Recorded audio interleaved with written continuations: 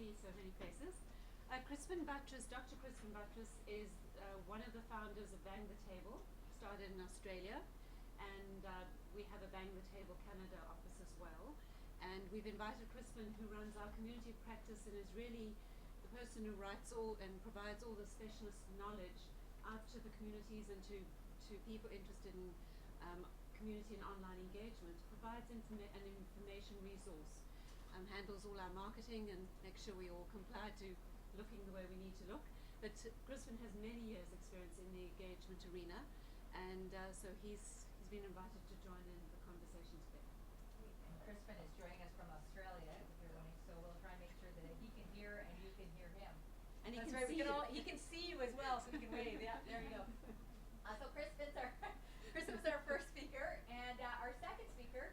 Many of you may have met Gail Simpson before with Canadian Trainers Collective. Gail's here actually offering a course right now on emotion and outrage, and she's from Alberta, and she'll be sharing some case studies and examples with us and tools from Alberta. So we have first with Crispin sharing some learning and some tools from Australia, and then we have Gail sharing some learning and tools with us from our friends in Alberta. And then we'll be following up with Vince Verlan, who many of you know. And Vince will be sharing some case studies with you that I think he'll tell you more about. Do you want to say anything early at this point, or you're okay? All the way from Squamish. Yeah, the case studies are all the way from Squamish. But Vince has a lot of experience in British Columbia, as many of you I'm sure know. And so he'll be able to add, and I think, Gail, you've probably done some work here in British Columbia. No, I haven't. Oh, you never have? Okay. So our BC expert is here, our Alberta expert's here, and we have our Australian expert there. So without further ado, I'm going to actually turn it over to Crispin, and now I'm just going to wonder about, so that everybody can hear him in his Crispin, do you want presentation. to start, and I'll adjust volume and so on. Hello, can everybody at the back of the room hear me okay? Can you hear him okay? Yeah, cool. Well, good evening. It's lovely to be sharing the evening with you. 15 minutes is not very long, obviously, to talk about a big issue. So I just wanted to share three quick stories with you of experiences that we've had working with three very different clients in different situations here in Australia over the last 8 years, I guess. The first, I don't have a picture to show you, a case study to show you. So instead, I'm going to open a picture, and I'm going to put that up on the screen so that you can see, so you have a little bit of context. Let's see if this works. Now, hopefully, in a second or so, you should be able to see a picture of the main street of a rural town. Can I get some indication as to whether you can? Yes, we can see it, Crispin. Excellent. Okay. So this is Lismore in northern New South Wales. It's just inland from the coast, and it's part of I guess it's a fairly popular holiday area. But Lismore itself is a township that's a very mixed community. So it's quite rural. It's got a relatively large Aboriginal population. It's not as wealthy as the areas immediately to the east, but on the coast. And so even though it's in a context where there's wealth around it itself, it's not particularly wealthy. Quite a number of years ago, the council decided that they needed to raise extra funds to pay for a bunch of community infrastructure, particularly around flood prevention and catchment management issues, which are important in the area because it's a rural landscape and it does sit on a river, and so they're real issues. But when they launched a face-to-face and an online engagement process, they found very quickly that they were completely overwhelmed by community anger, and it came as a shock to everybody. And in thinking about this topic over the last few weeks, I sort of did some extra reading to get some more background really, and on what might have been going on, because we see angry people all the time. Obviously, if you work in government and you work in community engagement, then people are often upset or angry or concerned, and there's a whole range of emotions out there.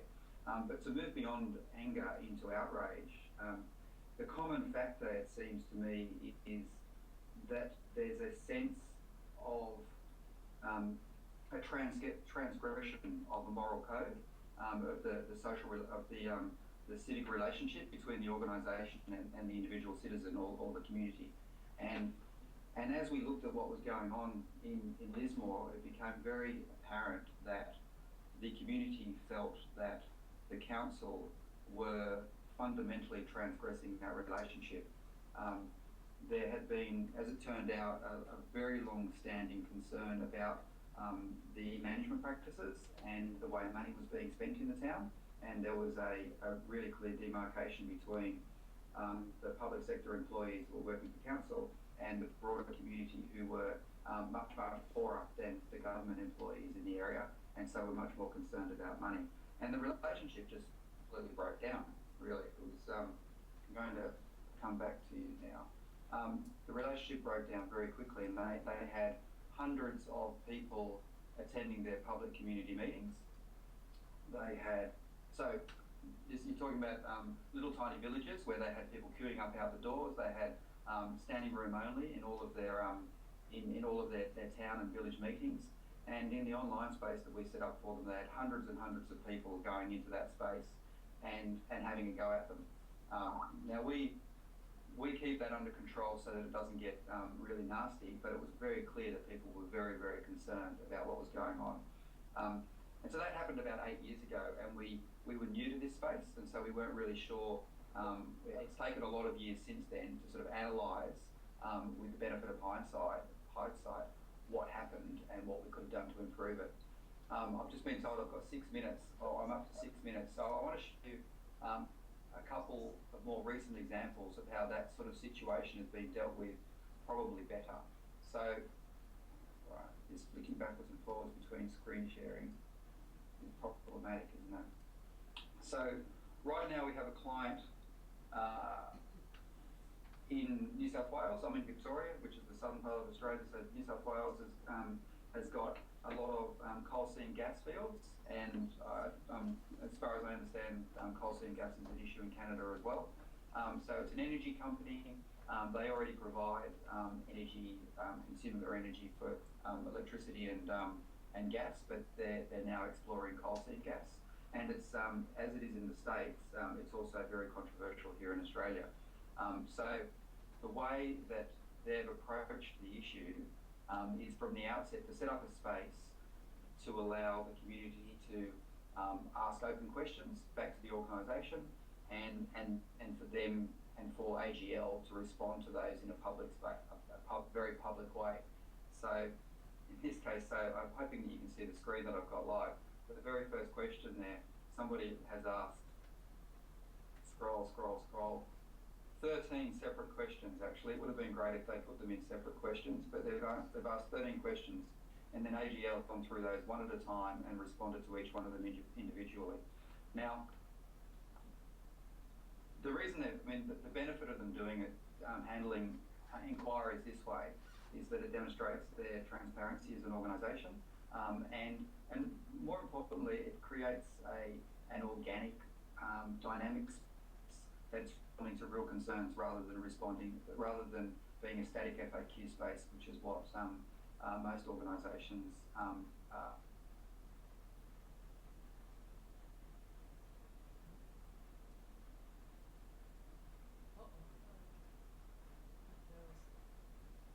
Hold on while we get you back. It says. Hold on, it says it's getting back. Oh. Anthea, come back. Well, don't we just have to answer? Hold on while we get the call back. There he is. So by creating a dynamic space, it actually provides a mechanism for people to get involved in the conversation and make sure that the content that's going out is actually real, and it's it answers the real questions that people have concerns about. So AGL's approach has been about maintaining their corporate Crispin? license to operate. Yep. Crispin, just give us a sec. We've lost the picture. Oh no. It's okay. All right. We'll get you back in a sec. I wonder if we should just sign off and sign back on, okay? Oh, okay. You're gonna call me back. Yep, I'll call you back. All right.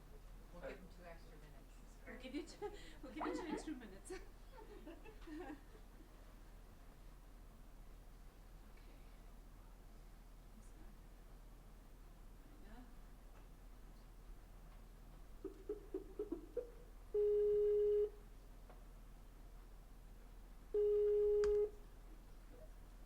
There we go, you're back. All right. Okay. I'll Yep. share the screen straight away. Thank you.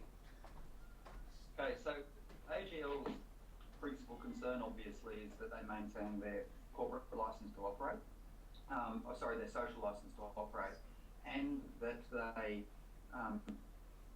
that when they go to the regulators, when they go to the government, that they're going within a context that allows them to have sensible conversations with their regulators so that they're not over-regulated and they can actually do their exploration work. Now, whether you the ins and outs of coal seam gas, it varies very much depending on the specific geology of an area, and there's all sorts of other issues. So I don't have a position personally on whether it's a good thing or a bad thing, but it's just interesting to watch their approach, which has been about trying to be as open as possible to demonstrate their transparency as an organisation. The last case study is this one for a government agency in New South Wales, the Office of Environment and Heritage, which happens to include the the National Parks and Wildlife Service. Now, one of the biggest national parks in Australia and one of the most well-known is the Snowy Mountains region, which is we can't get a lot of snow, but there is an area where we can go skiing once a year, and it happens to be the home to a large number of wild horses. They call them brumbies here in Australia, and they're not native, obviously. There's no horses in Australia before we got here and started wrecking the place. And the brumbies run wild through the national park. And there is one very large section of the community that thinks the brumbies are an essential part of the cultural history of the national parks region. And there's another part of the community who think that the brumbies are destroying the natural environment of the park and that they should be removed from the park. And so the National Parks and Wildlife Association, its reason for being is specifically to conserve the environment, and that doesn't particularly include cultural heritage. So they really wanted to have a conversation with the community about culling these horses, and that's a nice way of saying that they go up in helicopters and they fly around and they find herds of horses and they start shooting them from the air, which obviously is a really emotionally fraught issue, and one that opens itself up to outrage very quickly, because there are a lot of people that are incredibly passionate on both sides of the conversation. So there's animal lovers and people that are interested from a cultural perspective against people who just want the environment protected. So, and it is quite, unfortunately, quite a black and white issue. Now, normally in this kind of environment, we would expect the client to really lock down the nature of the engagement process so that they're approaching it more from an issues management perspective, like AGL, and provide good quality information out and just continually answer people's questions and make sure that they're releasing good information into the public domain. But to their credit, the Office of Environment and Heritage went a big step further than that, and they launched this site, which you'll find if you search for Engagement HQ and Snowies. Those two words will get you there. And they asked people to respond to a whole series of discussion questions. The one that happens to be at the top here had only a few responses, but in some cases there were hundreds and hundreds of responses to the discussion questions. They asked people to tell stories about their personal association with the park. They got people to fill in surveys, so they had some quantitative data, and they also ran the online Q&A as well, so they're providing information out into the public domain. The thing that was most interesting to me is that they chose to have online discussion forums in this context, where most of the organisations we've worked with would just see that as them being on a hiding to nothing, and that they were most likely just to create a context for an unconstructive debate rather than a dialogue. They went to so much effort to create good quality content to support those questions, that what they actually ended up with in the space was a very transparent dialogue process. And it was a real step forward and a real eye-opener for me because, as I say, when you're dealing with government agencies a lot of time, people are very risk averse. Ministers at the most senior level are often quite risk averse, and or public servants that are working to ministers are risk averse on their behalf, and so it can be quite hard to see innovation happening. But they did it, and they did a fantastic job, and as a result, they had a really interesting and constructive conversation. And have I run out of time yet? You've got 1 more minute, Crispin. 1 minute. So, what I would say, you can find all of those, find the case studies all online. There's also a blog post on our blog, banglatapple.com, a new one that's called Community Outrage. Where does it come from and why is it so hard to shift? Which you can go and have a look at, which is a kind of a long form version of what I've just talked about, I suppose. But the principal message that I would put out there is that you don't always know, like we don't, as community engagement practitioners, when somebody comes to you with a project, you tend to think of it in communications terms a lot of the time, and given that the community often thinks about these things in terms of moral transgression, it's worth us taking a moment before we launch something to think about it in those terms ourselves. Is this something that could be framed as a moral transgression from a community member's point of view? So are you taking away a civil liberty of mine? If one of the biggest issues that we ever see is to do with off-leash dog walking, believe it or not. Yes. Off-leash dog walking in parks and on beaches is massive. It's a massive issue because people that love their dogs see it as their human right to have their dog and have the relationship with their dog, and they want their dog protected at all costs. And people that hate dogs or are afraid of dogs or think dogs are dirty or whatever, think that people that own dogs are impinging on their civic relationship and transgressing a moral code that is the civic relationship. And so we end up with these ding-dong debates in the online space. So something as simple as trying to work out whether people should be allowed to walk their dogs in a park can be framed as a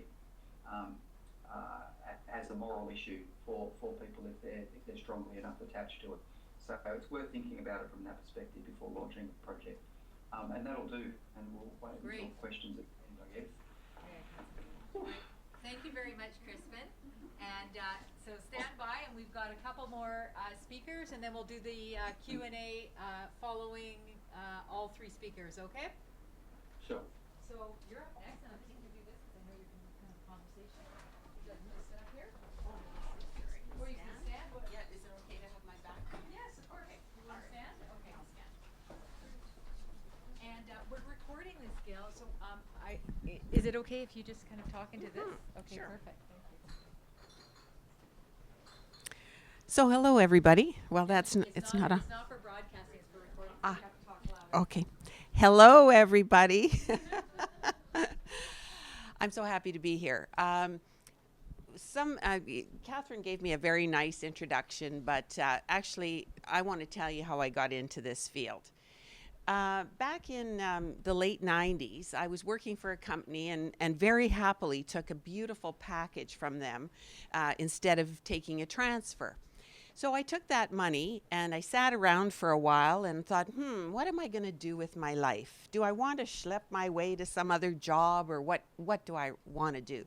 And I decided, you know what? I think I'm going to become a consultant. When all else fails, become a consultant. And I thought, well, I'd spent my life in public relations and communications, and my favorite part of that work was organizing events because there's a beginning and an end, and you can get some satisfaction. Some of the other communications things, you know, I mean, you never seem to know if you were successful or whatever the case may be. So I thought, okay, I'm going to put out my shingle and I'll be an event planner. So somebody called me up and said, we need to organize an open house. Could you do that for us? And I thought, I've organized hundreds of events in my career. Of course I can do this. So off I went and organized this open house. I didn't ask a lot of information. I trusted them to, you know, be forthcoming, and all they said was, we need an open house. So that night, we're all ready to go. The architects, bless their hearts, they've come to the open house. This was a transit project. They've come to the open house with blow-ups, life-size blow-ups of fences. And the question they wanted to ask that night is, what kind of fence do you want in your, you know, behind the LRT track, the light rail transit track, in your community? So they had a wooden one and a concrete one and, you know, different kinds of fences. Well, 650 people, all angry, showed up that night, and they weren't on fences. They were on, we don't want a project here. We don't want this station here. And I'm thinking, wow, what just happened here? Holy crap, this is really interesting. You know, I think I'd like to get into this a little bit further. So I dug around a little bit and I found IAP2. So some of you are familiar with IAP2? Have any of you taken the training, the 5-day training program? Okay, a couple of people. Terrific. So I found IAP2. They didn't have the 5-day training program there, but they had information, and I sort of got into the family, and I thought, okay, I see that I could have done things a lot differently, and I might not have had those 650 people all yelling and screaming that night in that session. I must say, that night my eyes were kind of glazed over and thinking, oh my God, what do I do next? I hopefully now have got enough tools under my belt and experience under my belt that I don't take it that same way. So I became a trainer for IAP2 back in 2005, and then in 2009 they launched a course called Emotion and Outrage for public participation, and that's why I'm here this week. I'm delivering that course here in Vancouver, and it's a great little short, sweet look at what is emotion, how do we deal with it, how should we get ready for it, and what are some of the strategies we can use. So I've spent my whole day talking about emotion and outrage so far, so you might not have to time me. I think I might end up a little bit sooner. So I thought I'd sort of start by saying, well, what is outrage management? Because that's kind of the topic of what do we do in P2 when P2 short form for public participation. What do we do in P2 when we've got outrage? So we want to do some outrage management. So what is that? What's the goal of that? Well, it's to embrace people's emotion and give them space. Give them space to have dialogue. Because usually, I have found, the reason people are angry and emotional is they haven't had any space. Often, I do a lot of work for the city of Calgary. Often the big bad city comes in, they've got the project. There's no feeling of dialogue or discussion. Within the constraints of the project, I suppose. So it's to give people that space for the dialogue. What else do you think? What else do you think we need to do in outrage management? We've given some space, but what do we need to do? How about listening? We need to listen. Yes, absolutely. Sometimes the first part of outrage management is just about letting people get it off their chests and listening to them. So I had a project a few years back. I've spent my life in transportation now. Why? I actually quite like it. People show up for transportation projects. I've done engagement where, man, it's hard to get them to the table. They don't see themselves in it. But transportation, well, first of all, just about everybody, and I'll bet certain of you in this room, feel they're sort of a quasi-transportation engineer. You could probably tweak the road that you drive every day. Yeah, we've got a lot of those coming to our engagement. But alas, they're there. And they're passionate. So I love transportation. So it was another transportation project. And the city had done a few things that weren't really up to snuff, let's say that. For one thing, the last time they'd been around to talk to the community was 23 years prior. So 23 years had gone by. Why had they not been back to talk to the community? Well, they didn't have money to build this project, so there's no sense going out and talking. We spent a lot of time today talking about what is that disconnect. You come out and do a planning project, and I'm sure that's a lot of you in this room. You do a planning project, but when it's time to implement, how long is it from day one to day end, right? So 23 years had gone by. The city had done a couple of what the public started calling secret studies because they hadn't showed them to the public. And so we had a very, very, very outraged group of citizens. So what we did was put together a session where it was, excuse my language, but it was a bitch session. That's what we wanted to, we wanted people to come in and vent, tell us what they thought. So we made it just as open as we could. And it's called an open space technology, and that works extremely well because the definition of open space is there is no agenda. The people who come to the session are the right people. The topics that they discuss are the right topics. It's just whoever comes to the room. So I remember when I first learned about that technique in the IAP2 course that I was taking, and I thought, oh yeah, like I'm ever going to be able to sell that one to anybody that I work for. But when the time came, and we couldn't get anywhere because we weren't getting past day one of that emotion. Holy smokes, we tried a few things, but people were not coming to the table in a productive way, in a meaningful way. So I went to my project manager and I said, so next month we're going to have a session with the stakeholders. He said, oh, okay. I said, yeah, it's going to be called a community summit. He said, ooh, sounds good. I said, it will be. It will be. And I said, you know what, we don't need any technical people there. We're just going to do the public engagement people and the people of the community. Because I didn't want them being distracted saying, you people, you engineer people or whatever, you did this wrong. I wanted just to talk to the people. So we did that and just said whatever they wanted to talk about would be fine. So we let them, we had a 3-hour agenda. And we thought if we go 3 hours and people are just going to go one at a time and be, talking to us, we're going to do that. But, by coffee break, we'd kind of been through 185 people. People said what was on their minds, talked about how things had impacted them. So at coffee break, I said, okay, we've got a coffee break coming up. Let's come back and see what's next. So they came back and I said, so we've gone through your issues, your concerns. You've really had an opportunity to tell us about it. Do you think you're ready to move on? Let's talk about next steps. Could you talk next steps? And people kind of looked around, looked at each other and said, yeah, we can talk about next steps. So that day we moved forward. And it was the first move forward. And I think we'd been trying to engage them for 6 months. 6 months of batting our heads against the wall. Bang, bang, bang. Trying techniques that just weren't, proving to be open for dialogue.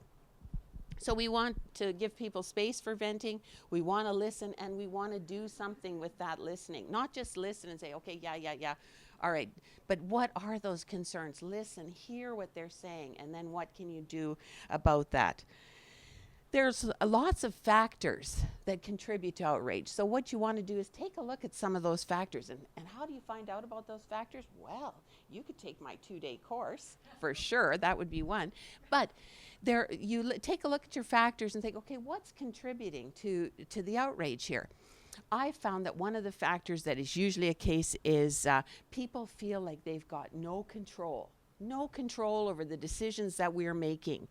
So if we can open up and share some of that control, give them an opportunity to weigh in on our decision making, I think we'll prove to be able to walk forward more easily. So sharing control is a big one. So there's two elements of outrage management. One, when you're planning for your process, you think about it in advance. You think, okay, what controls are at play here? What factors do I have to keep in mind? And how am I going to plan for my outrage situations? And so the open space is something that has been very effective me by giving people to the room to vent. Something else that I have found is that as many dialogue sessions, small and large, that you can possibly have time for, are really good. For instance, interviewing people and finding out one-on-one, trying to build that link to people, trying to start to build a relationship. You know, our business in working with people in engagement is all about relationships and relationship building and building trust and that kind of thing. So anything you can do to start building that relationship and lowering that mistrust that they may have is really a good idea. So I've used interviews. Another thing that I have used that I have found to be highly successful is I've used a community advocate. So what would a community advocate do? Well, they would have some knowledge. So they might be technical, might be people I've used in the past, retired engineers, for instance, know something about transportation. So they would come in and they're the voice with the community. They're represented and paid by the project, but the community can go to them and ask questions like, are they trying to pull the wool over our eyes? Is what they're telling us the truth? Is this a good solution, or are there other solutions that we don't know about? You know, those kinds of things. Because when there's mistrust, those are what people think. Those are exactly the items that people think. That you're just trying to pull something over real quick, and it's good for you and not really good for the public. So a community advocate has been a real time saver, and not time saver, but maybe face saver for me, I guess. And then the second way in which you should be considering your outrage management is in the moment. So what do you do when you hold your public meeting of some kind and all these angry people show up? Do you try to go ahead with your meeting, or do you have a plan B? And I always recommend, whenever I'm talking to people, whenever I'm doing my sessions, to have a plan B. So 2 weeks ago, I had a workshop on a Saturday, and my project team did not want to do the open mic thing. I said to them, you know, we're at the stage of our project when people have lots of questions. We don't have a lot of anger, but we've got people who are concerned, and I think they need to build that understanding. They need to hear their voice, I think, in what we're doing. So I said, well, if you don't want to do the open mic thing, how about if we do the question card thing? You know, that's where everybody gets a card and gets to write it down, and then we're going to organize it, and we'll manage the situation. So we got through maybe about 10 minutes of those question cards, and man, I could feel that we were really over managing it. You know, I could sense that people really wanted to talk, and that's a gut thing. You know, that's just, hey, this isn't working. So I looked around at my project people and I said, okay, I'm going out with the mic. Are you ready? So I went out and just handed the mic over to people and said, you know, what's your question? Let's hear it. And my guys and gals were answering them from the floor. And you could just feel the anger and the emotion just drop right there and then, just by, you know, allowing them to have some say.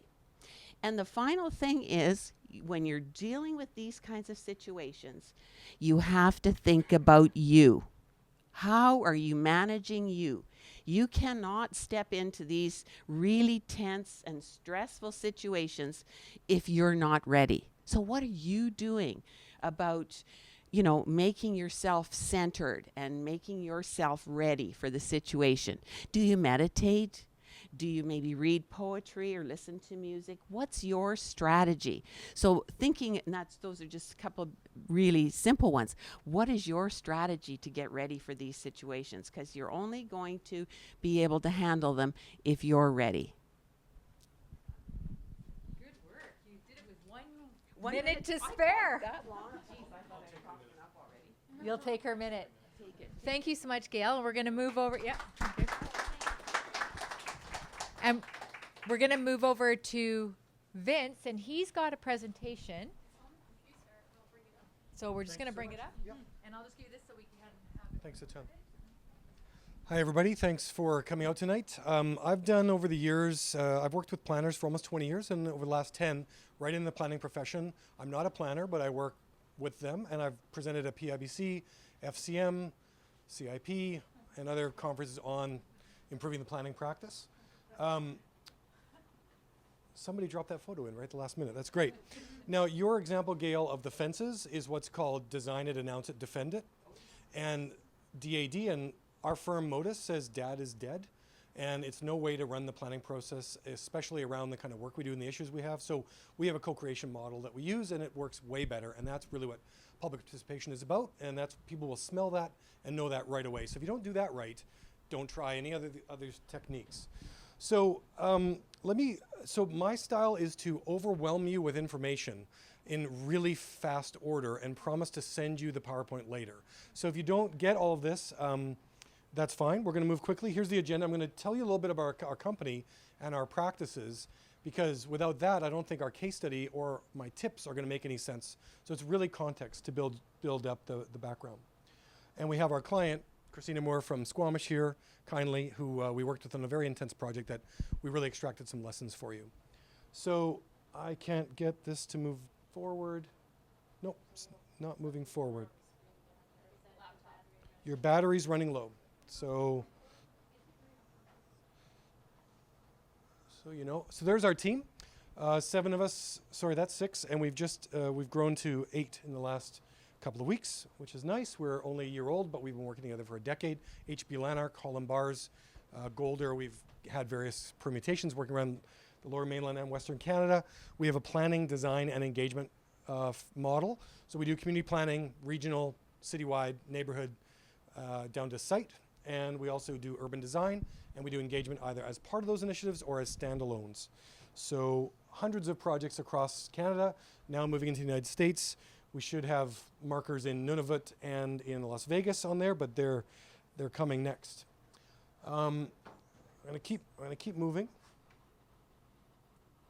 So when you're doing community planning, and it just says, I believe it says complete communities. You've got a lot of different issues you're trying to organize cities and structures around. You're talking to everybody about everything, economy, social, environmental. So it's a very complex mixture, and lots of people are hot about their issue, and you have to manage that. And we have a technique or tactic or model for doing that. Boy, this thing is there. Oh, it's just slow. As we do this work, we develop, as well as projects, we have policies. We develop engagement policies and toolkits.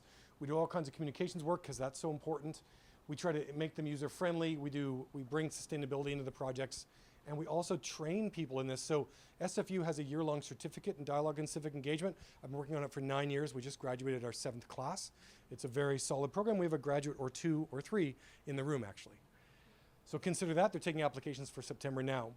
So one of the techniques we use is we tell the public that they're an important part of the process and they're not the only part. By the way, I'm going to be somewhat provocative tonight. They also don't get to decide. Decisions on planning, decisions on public policy are made by council, which is an elected body, elected by citizens to make decisions. So we start the conversation by framing that they're part of the weave of input. Public input, staff and council input, and technical research and input. It's not just what the public says. It's not a referendum. I'm not keen on referendums, by the way, and there's a good example out there right now. We always design phased processes that are very clearly laid out when you can participate, what you can do in each phase, what happens during each phase. Message that very clearly. All of these things reduce outrage. The best way to manage outrage is to not have it happen.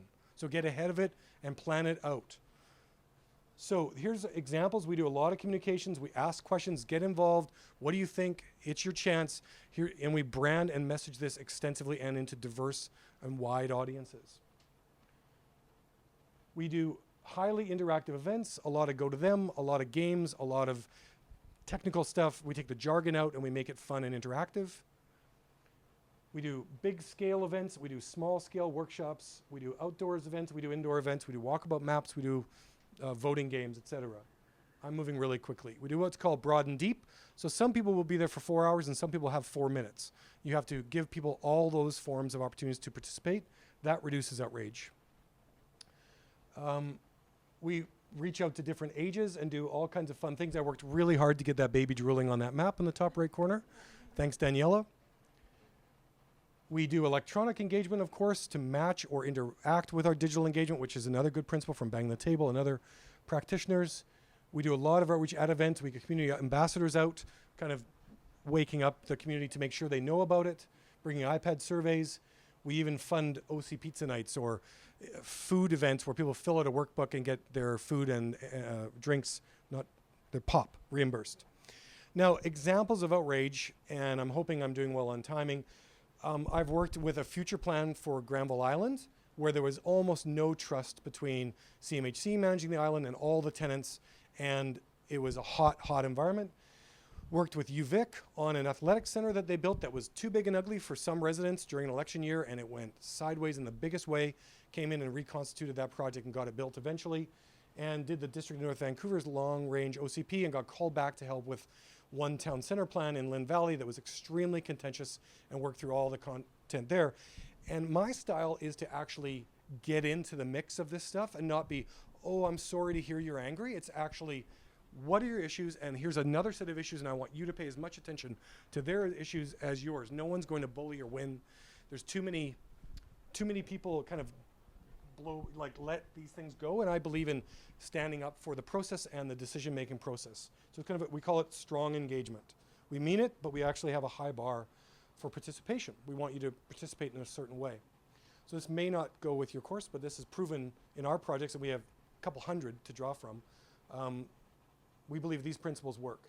First of all, have a very clear statement of your purpose, what you're focusing on, why input is needed, and how it's going to be used. Then raise the bar. I'm saying, look at our society offering opportunities for participation and dialogue.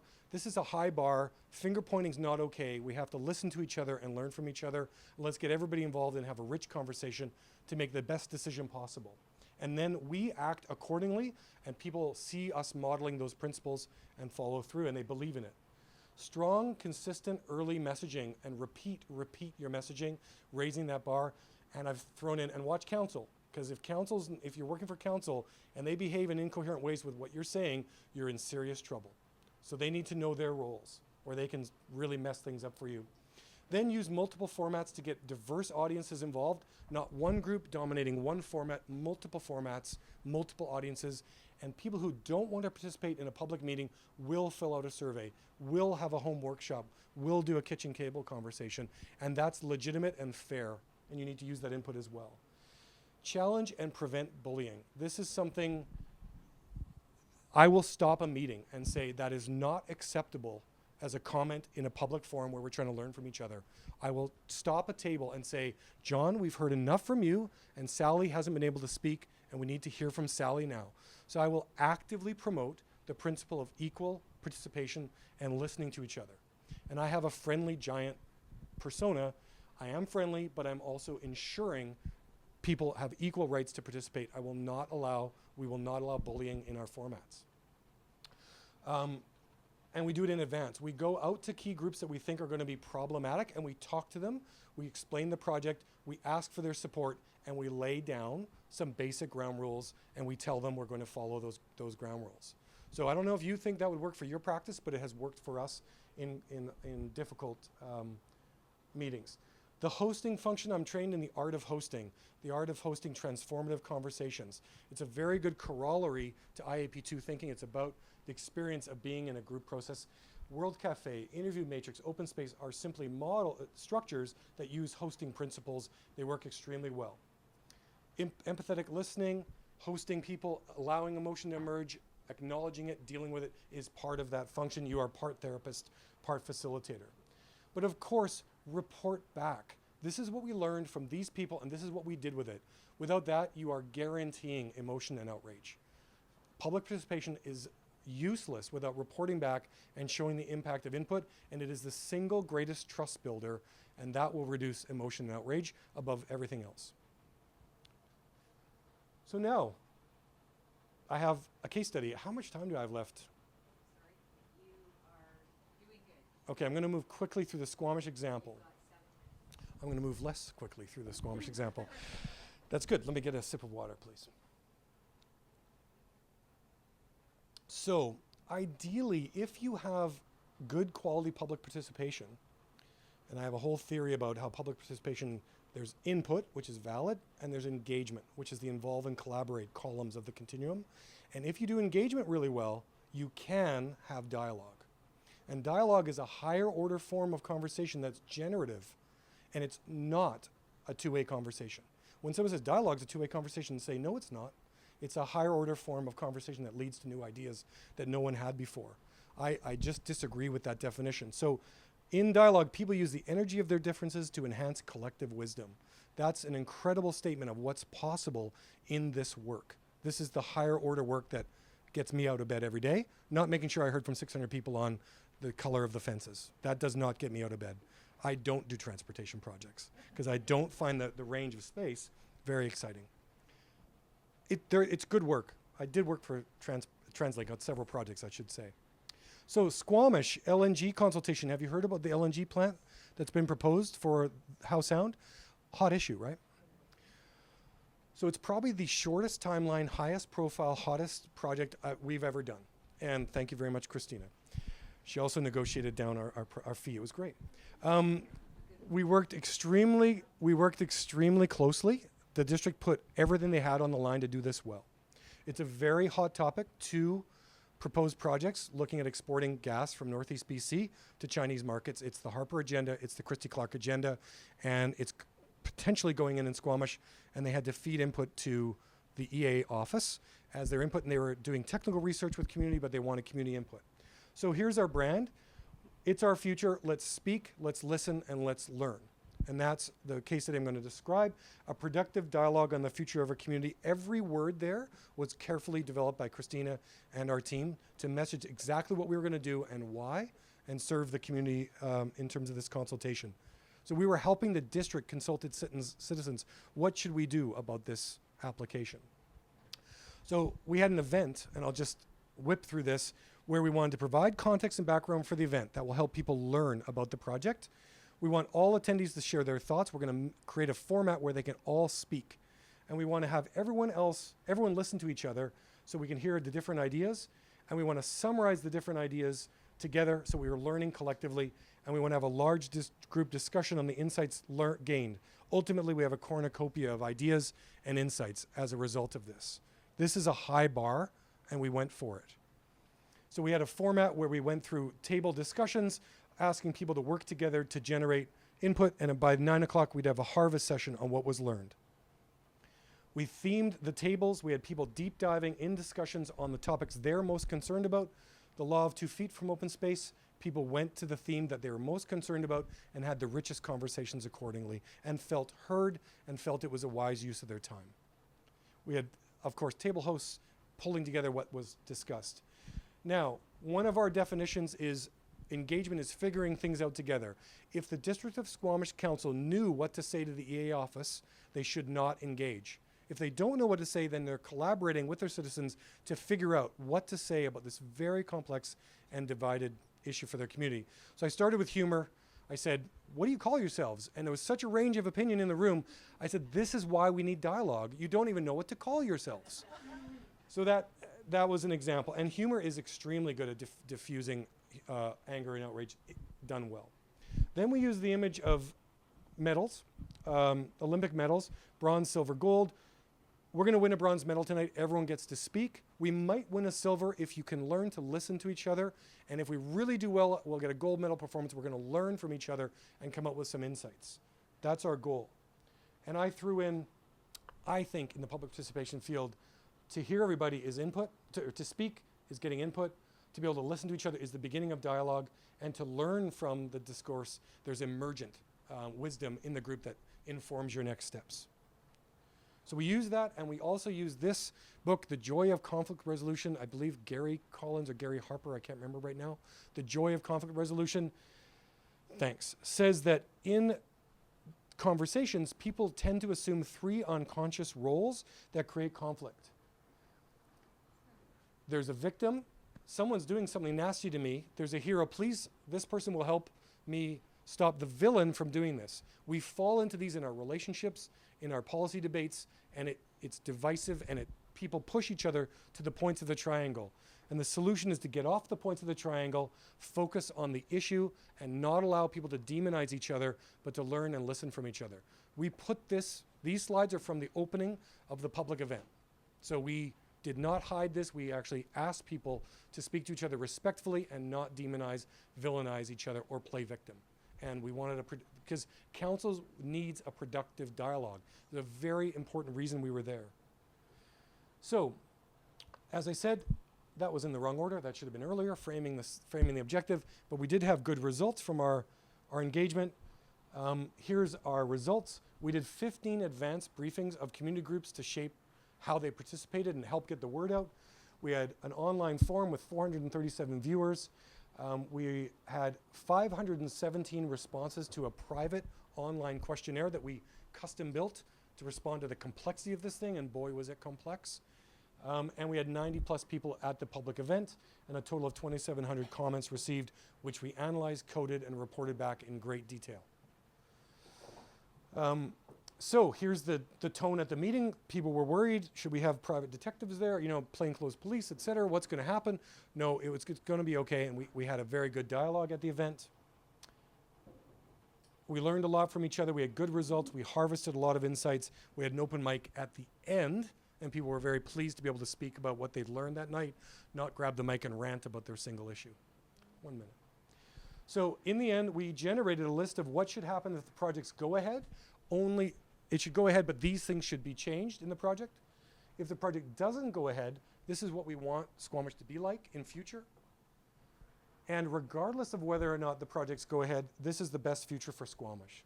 So we generated a lot of good content by avoiding emotion and outrage through these other steps. There's a report online. The district just put their letter into the EAA office. They used this input to write their submission, so it succeeded. We had positive feedback on the process in a variety of ways. And at the end, we put up an event satisfaction continuum, and that's where the sticky notes ended up. We did not manipulate that data. I promise, I swear we did not. I was going to, but I didn't have to. So there we are. And there's a quote that someone wrote. We may have differing opinions, but we can still exist as a community. This was what council asked. Help us not see the community raise conflict. Help us go through this very difficult minefield without creating more conflict. And there's my 7 tips, our 7 tips of how to do this well. Thank you, Vince.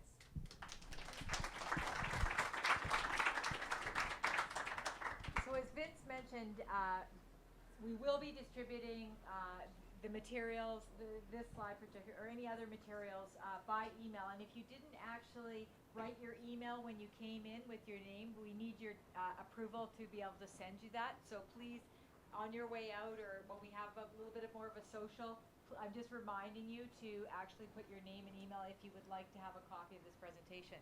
So on that note, we're going to take the Q&A, and I'm just going to ask you to bring Crispin back as we do that. And we'll take some questions from people, and if you could just let us know, if you are at the back, speak loudly so that we can try and pick up everybody can hear the question. And if it's for a particular person or for all 3 speakers, please let us know. So on that note, as you listen to all 3 very different presentations, welcome back, Crispin. Oh, hold on, you can't see me. Welcome back. And you have to look into this little ball here. As you listen to all 3 presentations and very different styles and different information, what stood out for you? Any particular questions in terms of what you heard? Maggie. I would first like to ask Crispin, can you hear me, Crispin? Yeah, no problem. You can? Okay. Yes. I'm Maggie Pappas. I'm here on behalf of the Community Engagement Committee, which is a standing committee of our council in West Vancouver, which is a very close-in suburb of downtown Vancouver. We are actually engaging in creating a new public policy on community engagement right now. So I would really like to know from my standpoint, in terms of how you processed and how you brought out the different processes of community engagement, what was the order in which you did it? Did you engage with the public at the outset very broadly and then develop your initiatives, or did you start with a decision that had been made and then go out to the public and try to mitigate it, change it, come back, etc.? I just want to know what the process was. Okay, I should probably clarify. I mean, we're not involved in the entire process when we work with a client. We only handle the online side of things. So my understanding of the context and the story of what happened in Lismore is probably partial. But we did get to know the community engagement team quite well through the process, because they were fully aware of the pre-existing nature of the relationship between the community and council, and so they weren't surprised at all by what happened. But the rest of the council was, because they had been listening to the community engagement team, and so it seemed like there was this complete disconnect internally, and that there was everybody was just going along thinking that they were doing an awesome job, and everybody in the community was absolutely ecstatic with what was happening. And so then when it went out to the public, and they thought that the projects that they'd come up with were so obviously important to them internally, and it was just completely obvious. There couldn't be any argument about it really, because the answer was so obvious that they just expected everybody to think it was a great idea. So yeah, they went out with something that was pretty much full blown, and rather than going out asking an open question about the whole issue of financial management or how the community felt about these issues and how important these issues were and where the funds should come from, they went out really with a fully blown solution, and then they got the blowback, and they weren't. And this happens with a lot of organisations. Another question we've learned to ask is whether the organisations are culturally ready to accept and embrace criticism, because as soon as you're in the online space, the criticism is transparent. It's not just locked down to a little community group meeting or whatever, which, I mean, the news still spreads, but in the online space it is transparent. So one of the conversations we have to have is the organisation culturally ready to have these kinds of conversations, and to respond maturely, and to take the type of feedback on board, and then learn and grow with it. So the short answer to your question is I think that they went out with something that was too full blown, rather than going out with a more of a blank page approach to the community engagement process. Great, thank you, Crispin. I think that Vince wants to comment on this as well, and I'll get him to, and then I'm going to take another question. The single thing that creates the greatest amount of conflict is mismatched expectations between planners and council, or staff and council, and citizens and stakeholders when you're using the same words. That's why I take my councils and my clients at various municipalities through a very difficult discussion about terminology. And they said, no, we don't need to clarify that. No, without that, you cannot succeed. So if I'm saying, this is a public input session, does that mean I'm going to listen to you, do what you tell me, or tweak my proposal? These are wildly different things. So people come in expecting, give me the pen so I can write the plan. And other people expect, tell me the plan so I can react. And if you're mismatching your language and behavior to the words you're using and their expectations, you're in major trouble. One shorthand for engagement, really good engagement, it's got to be meaningful, it's got to be early, it's got to be ongoing, it's got to be creative, and it's got to be diverse. Those 5 words, if you do those 5 things in diverse audiences, that's genuine good engagement that people will respect. Thank you. And I'm going to take a question from right here. I'm going to follow up on that, I think. It's kind of getting to the same point. And, Gail, I like how you mentioned you've got to be ready with plan B, and shift gears if you need it, depending on the tenor of the audience. But Vince, you also mentioned that you had 15 briefings to start to probably characterize your engagement approach. Can you talk about that a bit and just tell us kind of the kind of meetings you have to help scope your approach? Sure. Well, fundamentally, what our projects depend on an engagement strategy. We don't do the same thing in the same way, in the same place ever. So we have to assess, it's like any strategic planning process. What's the landscape? Where am I now? Where do I want to go? Who do I have to manage with? What are the key issues? And what are my resources to get there? And every time it's a different configuration. So if I don't understand the landscape before I develop my implementation plan, I'm going to fail. So I do key informant interviews, I do stakeholder coffee chats, and I use that input as well as an organizational capacity assessment and what works well and what's not worked well. And then I bring in best practice, and we create a customized engagement strategy every time. And the key informant interviews help us. Now in this case, we knew it was a contested environment. There were groups for and against, and a very big kind of quiet majority. How can we pull in the quiet majority? How do we avoid just fixed, conflictual positions? That was already happening. So we went straight at those groups and talked about what council really needed, what council really wanted and why we'd been brought in as the honest broker to create a healthier community consultation. And then we asked them what their issues would be, asked them how we can meet their needs, and then asked them to help us support the process. There was one group, everyone was very happy. There was one group that was markedly unhappy because our game plan conflicted with their game plan. And okay, so it worked out in the end, but I then learned what was happening in the community and how to manage that in terms of our process and our data analysis and everything else. It's intelligence gathering by going out to those groups, and it builds relationships. Did you have a follow-up question? I just have to, how did it work out? My client's right here. Let me just... Christina, the question, if you could just repeat Yeah. the question. So how did it work out? It worked out very well. We the community is very divided on the issue. There is a big pro group and there's a big con group. Council had taken their time to speak out on it. They wanted to be informed. We went through a technical process, as Vince mentioned, and then this public consultation. In the end, I think the objective was to give people the chance to feel that they had been heard, and that was the outcome. We didn't do a referendum. It wasn't a sample. It wasn't a statistically accurate survey. It was an opportunity for everyone to feel that they had been heard. And the results that we presented spoke for themselves and have informed Council's position to the EAO. Now, if Council had chosen to do a different to take a different route with the input, it might be a different outcome. But Council has chosen to follow the recommendations and the public opinion, and it's gone well. I guess what I just meant really quickly is, what was that breaking point where it all sort of came open and started to reform itself? What was the thing that happened, or two things or three? Well, I think the actually taking on the public consultation to actually run it, because up until that point, and Vince mentioned that we brought them on quite late, the public engagement, the EAO process was very scripted, and the EA applications are absolutely massive. Once they hit, the whole process has to be wrapped up in 180 days, which is July.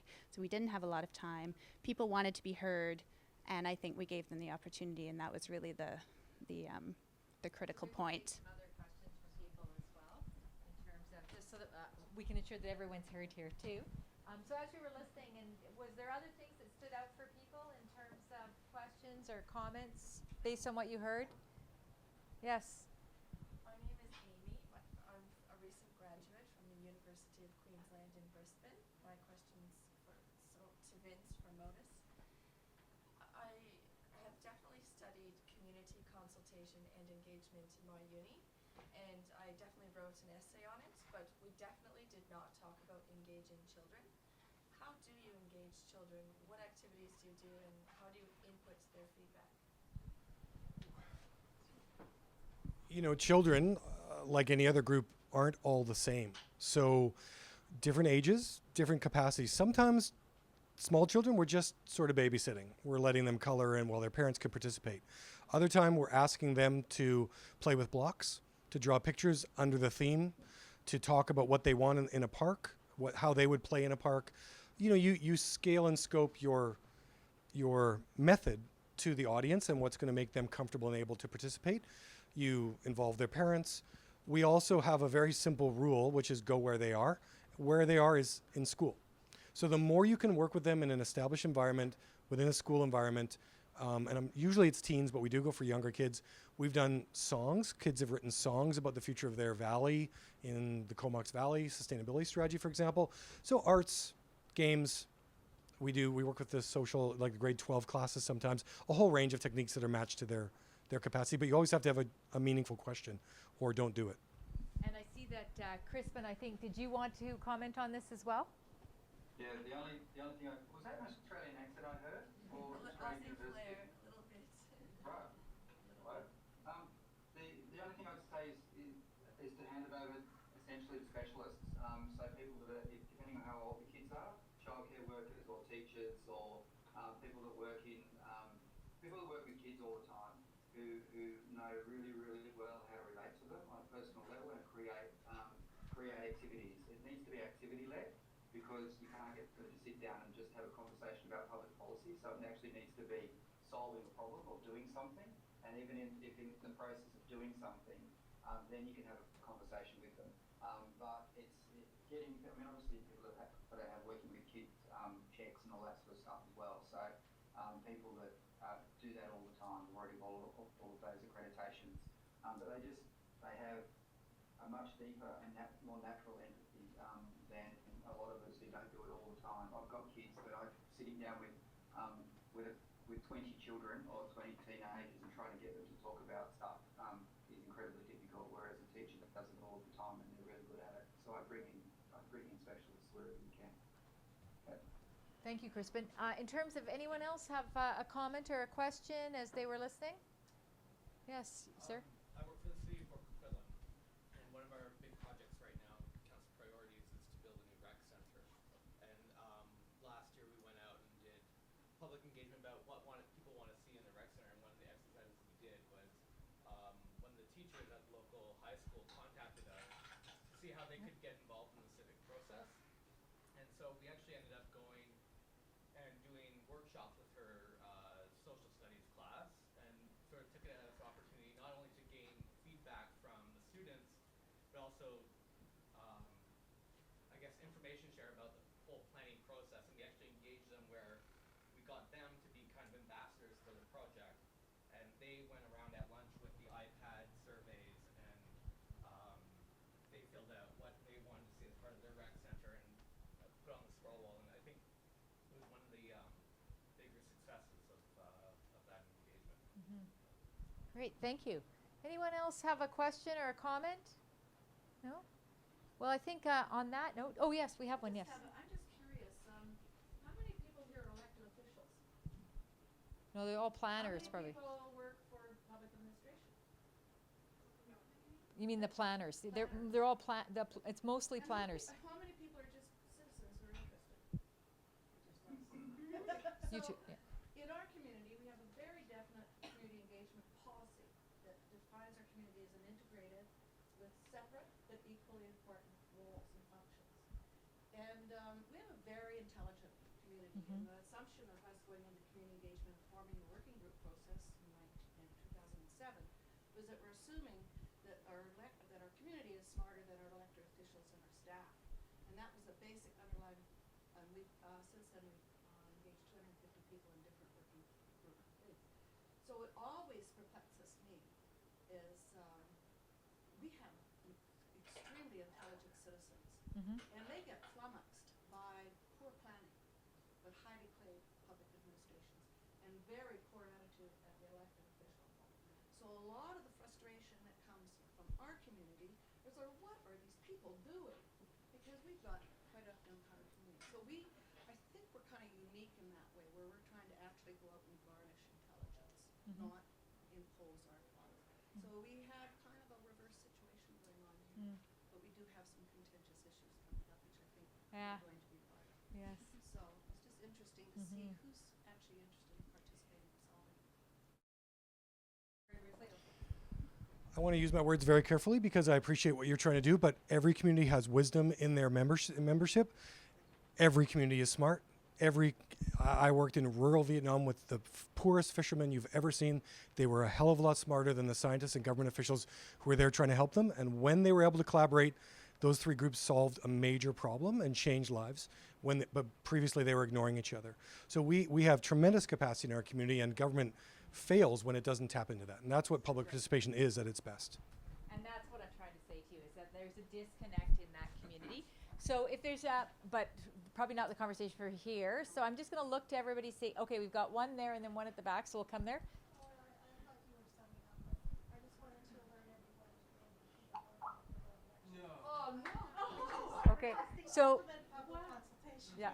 Okay, so we're gonna have a bit of a social, so we can talk more about that. Did you have some comment? Yeah, I just Can you come up and talk a little quick? this conversation about technical knowledge and community coming together intrigues a point that I'd love to maybe get Dale and Prince's comments on about the role of being a technical expert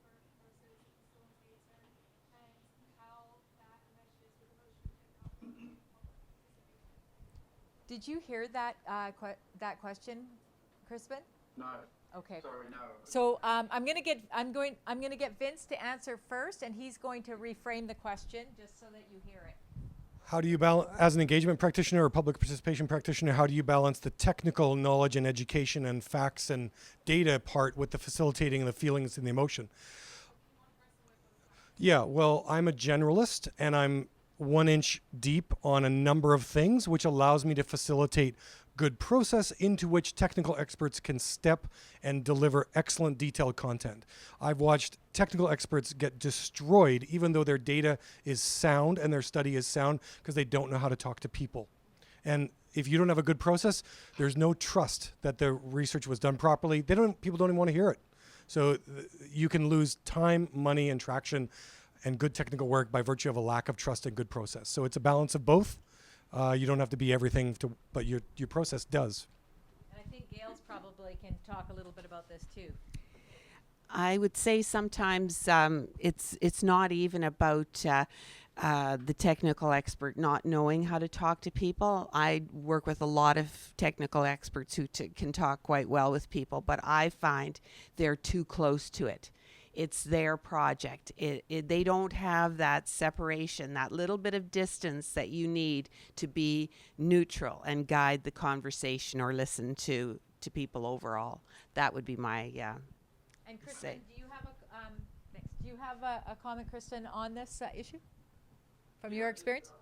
We specifically concentrate on the online space. So a lot of the time people are looking for facts when they're online. So the technical side of it is really, really important. But I would say that it's fantastic if you can find highly technical people who are also really good at written communication, so they can put that information across in a digestible way. But if you can't, then you need to hand it over to a writer to interpret it and put the content out in a form that's actually digestible. Having said that, it's also the case that a lot of people will go past that and they just want the full-blown technical reports. They want access to the really detailed information. So you need to be able to provide both. The other side of it, though, when you're dealing with highly emotional issues, we tend to get people to tell stories in that context rather than getting people to engage in a debate or a dialogue, because it can get it can get really fraught. So it's more about building empathy amongst all the participants in a project or discussing an issue, but building empathy by getting people to tell really rich stories that are naturally replete with emotion. The best case studies of that would be a few years ago for the National Disability Insurance Scheme here in Australia, where people were asked to tell stories about what it's like to live in Australia with a disability or to care for somebody with a disability. And it wasn't a topic for debate, it was a topic just to get people to articulate the specific nature of the problem. And by telling stories that were incredibly rich, they articulated the complexity of the problem in far more detail than they would have through any other mechanism. So it's horses for courses, sorry, is the answer. It depends on the nature of the problem that you're dealing with. But there's answers. You can do both. You can do both. Thank you, Crispin. So on that note, I'm going to take this opportunity to please join me in thanking our three presenters and